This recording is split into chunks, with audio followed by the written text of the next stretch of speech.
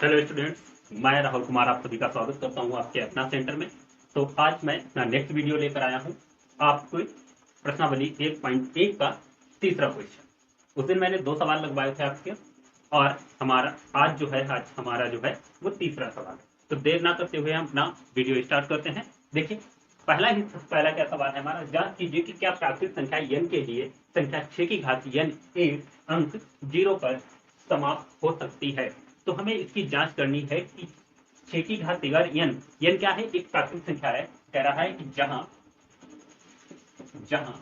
n एक प्राकृतिक संख्या प्राकृतिक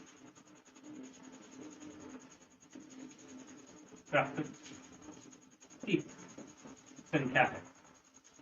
अब प्राकृतिक संख्या कौन सी होती है?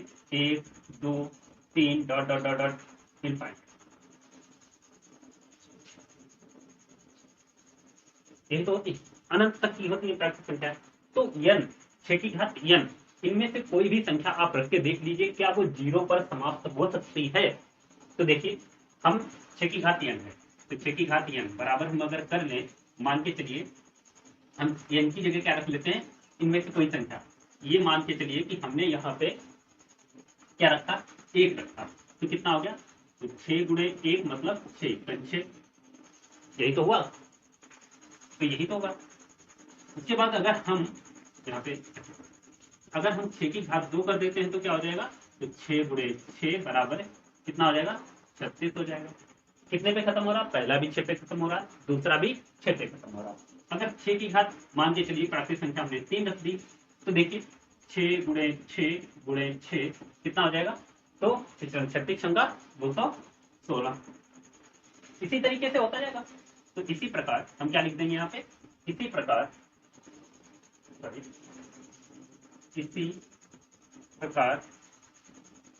6 की घात n बराबर 6 गुणे 6 गुणे 6 डॉट डॉट डॉट n बार। कितनी बार? n बार। तो जो भी आएगा वो लास्ट में जो आएगा वो अंक कितना आएगा? वो लास्ट में 6 ही आएगा। क्या आएगा? 6 आएगा। तो इसका मतलब है कि 6 की घात n जो है वो 0 पर समाप्त नहीं होता है। अतः लिख सकते हो, अतः 6 की पावर n अंक 0 पर समाप्त नहीं होता,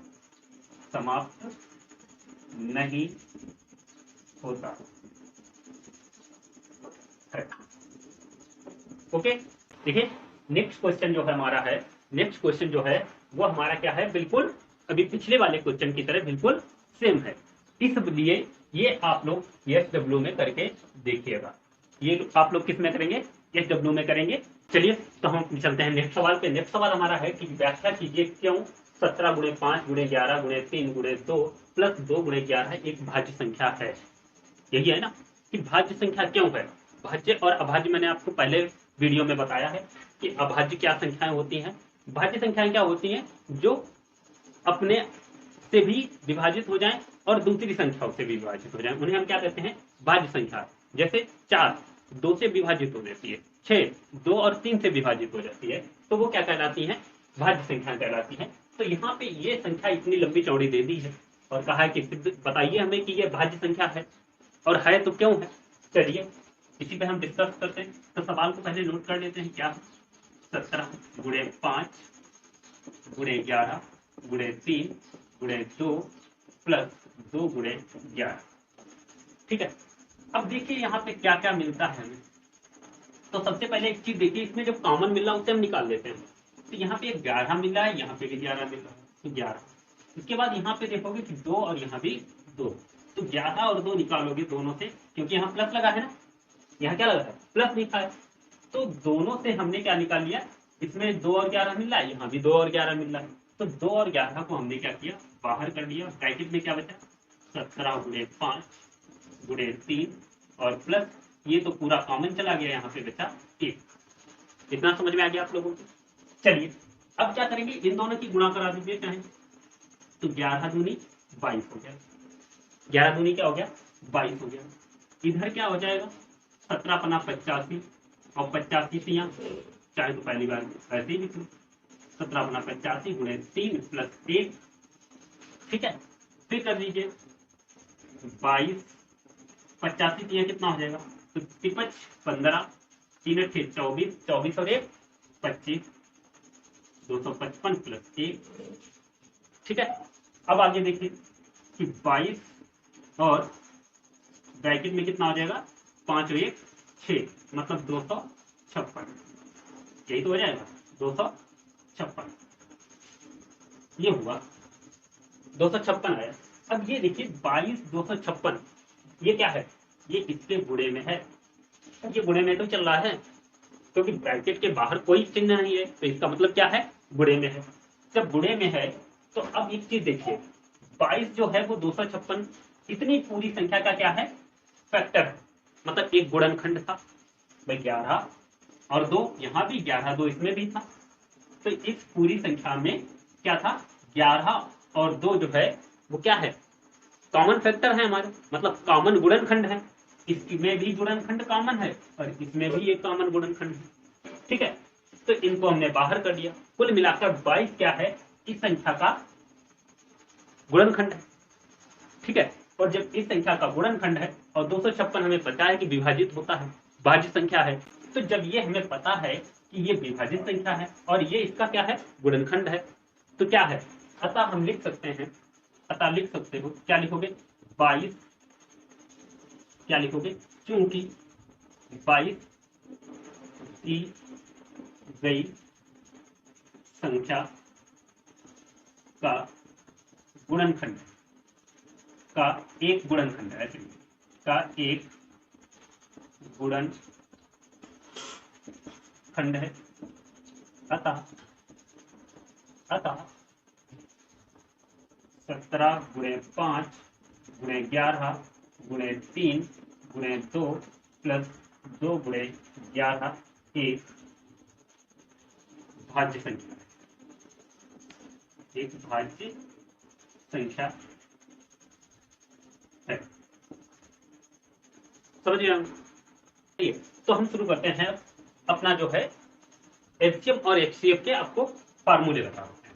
शुरू किसके, एचसीएफ एंड एलसीएफ। देखिए क्या है, पहला ध्यान रखिए मेन फार्मूला, इसी से हम सभी सूत्र बनाएंगे। ध्यान रखिए दो संख्याओं का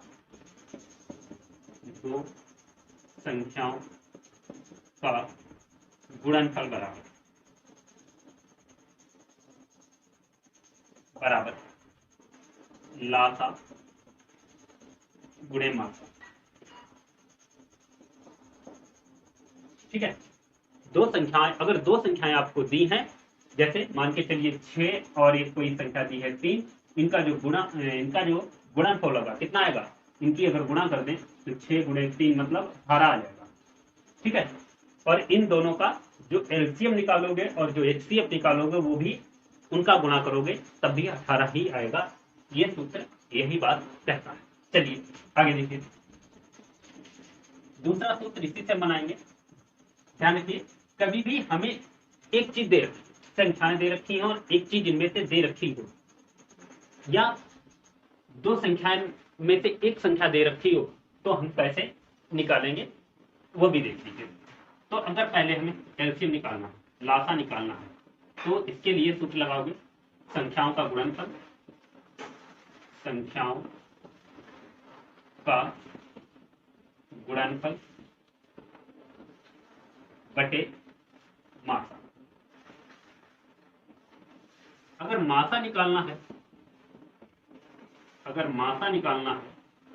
तो जस्ट इसी का उल्टा, यहाँ पे क्या आ जाएगा, मासा, यहाँ पे एलसीएम, तो संख्याओं का गुणनफल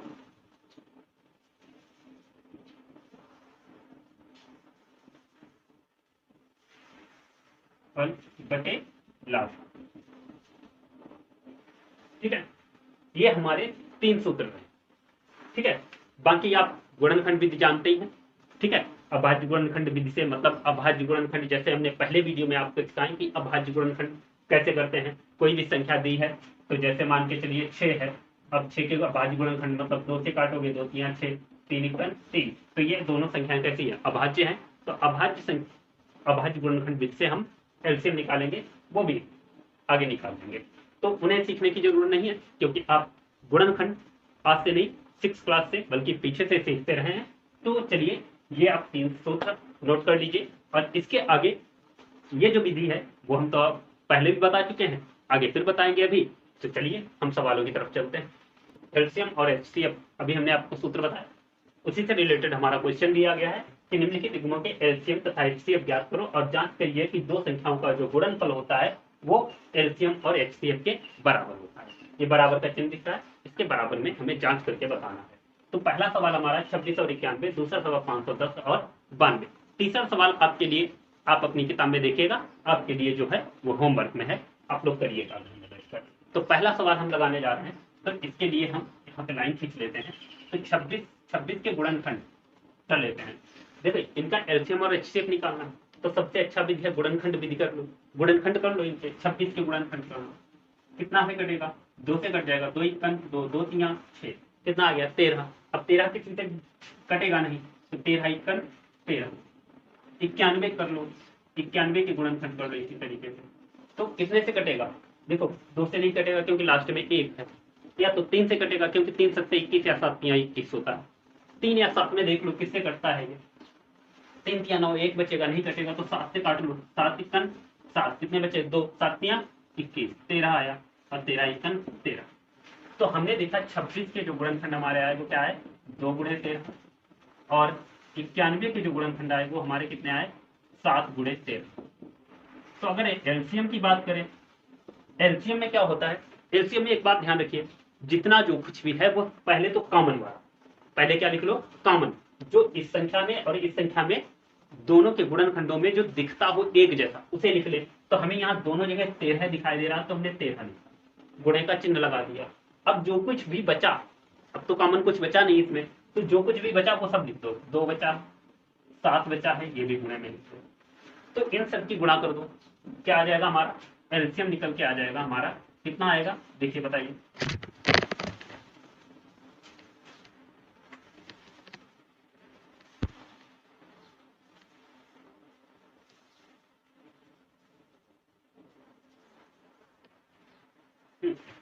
तो देखिए कितना आएगा बताइए सभी लोग, देखिए 13 दूनी 26, और 26 सत्ते कर दो, तो 26 7 42 के 2 हासिल लगे 4, और 7 दूनी 14 और 4 14 4 18, कितना आ गया 182। एलसीएम हमारा ये निकल के आ गया। अब क्या निकालते हैं, एचसीएफ। एचसीएफ हमने क्या बताया, एचसीएफ में क्या करोगे, जो एक जैसे दिख रहे हो, दोनों के गुणनखंडों में एक जैसा दिख रहा हो उनको नोट कर लीजिए, बाकी नहीं मिलना है सबको छोड़ दीजिए, ठीक है, सबको क्या कर दीजिए, छोड़ दीजिए। तो देखिए 26 के 2 गुणे 13, 91 7 गुणे 13, तो हमें दोनों में 13 दिखाई दे रहा है, तो यहाँ हम 13 लिख रहे हैं, इसके अलावा कुछ भी नहीं मिल रहा है, छोड़ दो, बाकी 2 को भी छोड़ो 7 को भी छोड़ो, कितना आ गया एचसीएफ 13 आ गया। तो एचसीएफ हमारा ये आया और एलसीएम हमारा ये आया। अब क्या कहा है, ये गुणनखंड करके मैंने आपको दिखा दिए हैं, फिलहाल आप ऐसे कर लेंगे, मैं इसे मिटा देता हूँ, देखिए मैं इसे मिटा देता हूँ। अब देखो अब क्या करना है, कह रहा है कि अब जांच भी कीजिए, तो हम यहाँ पे जांच कर देते हैं, क्योंकि नीचे आपको दिखाई नहीं देगा, तो मैं यहाँ लिख दे रहा हूँ जांच, हेडिंग डाल दी मैंने, जांच। अब क्या करना है, देखिए जांच कैसे करेंगे, कहा है कि दो संख्याओं का गुणनफल बराबर लासा गुणे मासा होता है, ये सिद्ध कीजिए। तो हम क्या करेंगे, तो इसी को नोट कर लेंगे, संख्याओं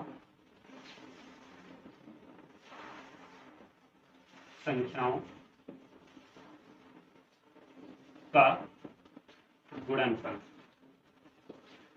बराबर एलसीएम गुणे एचसीएफ। ओके, इतना कर दो। अब देखो दो संख्याएं कौन सी है हमारी, 26 और 91, तो 26 गुणे 91 बराबर एलसीएम कितना है हमारा 182 गुणे कितना है 13, गुणा कर लो भाई, 26 और 91 की गुणा कर लो, 182 और 13 की गुणा कर लो। तो सबसे पहले इधर की गुणा कर लो, इधर की बाद में चेक कर लेना, मैं इधर की लिख दूंगा, 13 दूनी 26 के 6, कितना हो गया 26 के 6, 13 अट्ठे 104, 104 और 2 कितने हो गए? 106। तो 106 के 6 हाथ से लगे 10, 13 एकन 13, 13 और 10 कितने हो गए? 23। कितना आ गया? इतना ही इधर भी आएगा, इतना ही इधर भी आएगा। आप लोग चेक कर लीजिएगा। ये जांच हो गई, दोनों ही क्या होते हैं? बराबर होते हैं। दोनों ही क्या होते हैं? बराबर होते हैं। इसी प्रकार आप लोग ये भी कर लेंगे, तो गुणनफल 510 और 92 के कर लेंगे। सेम पैटर्न से सवाल लगाएंगे और आपसे सवाल लग जाएगा। देखिए नेक्स्ट सवाल हमारा है, कह रहा है कि HCF 306 और 657, मतलब इन दोनों संख्याओं का जो HCF है वो 9 है। तो कह रहा है कि एलसीएम, इन दोनों ही संख्याओं का एलसीएम ज्ञात कीजिए। तो मैंने आपको क्वेश्चन में आपको अभी फार्मूले लिखाए हैं। फार्मूले में मैंने आपको लिखा है कि जब दो संख्याएं दी हो और एक HCF या एलसीएम दिया हो तो क्या करेंगे? तो हमें एलसीएम निकालने हैं, तो एलसीएम वाला सूत्र लगा दो। क्या बताया था? एलसीएम मतलब लासा बराबर, एलसीएम मतलब लासा बराबर, यहाँ पे मैं ब्रैकेट में भी लिख दे रहा हूँ, एलसीएम बराबर क्या हो जाता है? सूत्र संख्याओं का गुणनफल। आपको सूत्र जरूर लिखना है। देखिए बटे क्या हो जाएगा? मासा, मासा मतलब HCF। ठीक है, आपको सूत्र जरूर लिखना। पेपर में आप बिल्कुल ऐसे ही हल करेंगे, सूत्र जरूर लिखेंगे कि आप किस फार्मूले से लगाए हैं। तो देखिए हमें एलसीएम निकालना है, तो हम यहाँ पे एलसीएम बराबर लिख देगा संख्याओं का गुणनफल। संख्याएं कौन सी हैं? 306 और 657। तो 306 गुणनफल मतलब गुणा करना है, और 657 बटे में HCF कितना है? तो 9 दिया है, तो 9 रख दो। कटेगा, देखो कि कौन सी संख्या कट जाएगी। तो देखो अगर हम देखें तो ये वाली संख्या हम इसे काट सकते हैं। कितने? 9 तिया 27, 27 3 कितने बचेंगे? 30 हो जाएंगे। 3 बचे 36 हो गए, 9 चौक 36, तो 9 से काट सकते हैं। 9 एकन 9, 9 तिया 27, 3 बचे कितने हो गए? 3, 36 हो गए, 9 चौक 36। इन दोनों की गुणा कर दो, क्या आ जाएगा? हमारा एलसीएम निकल के आ जाएगा, मतलब 34 गुणे 657। इनकी जब आप गुणा कर देंगे तो यहाँ पे क्या निकल के आ जाएगा? हमारा एलसीएम निकल के आ जाएगा। तो इन दोनों की गुणा करोगे तो कितना आ जाएगा? 22, 33, 8। ये आंसर आ जाएगा। आप मल्टीप्लाई करके देख लीजिएगा, यही आंसर आ जाएगा। ठीक है, तो इस तरीके से लगा देंगे। आगे जो भी इस तरीके के क्वेश्चन हैं आप घर में बैठकर करिए। तो आप लोगों को ये समझ में क्वेश्चन आ गए होंगे। मैं उम्मीद करता हूं कि आप लोग समझ गए होंगे। और ध्यान रखिए, चैनल को सब्सक्राइब जरूर कर लीजिए। जो भी लोग नए आते हैं चैनल पे, वो चैनल को सब्सक्राइब जरूर कर लें। और हाँ, लाइक करना जरूर ना भूलिएगा भाई। देखिए लाइक करते रहिए, और नए बच्चे जो आते हैं, स्टूडेंट्स, आप लोग अपने ग्रुप में हमारी वीडियो को शेयर कीजिए। ठीक है, और ज़्यादा से ज़्यादा लोगों को जोड़ने की कोशिश कीजिए।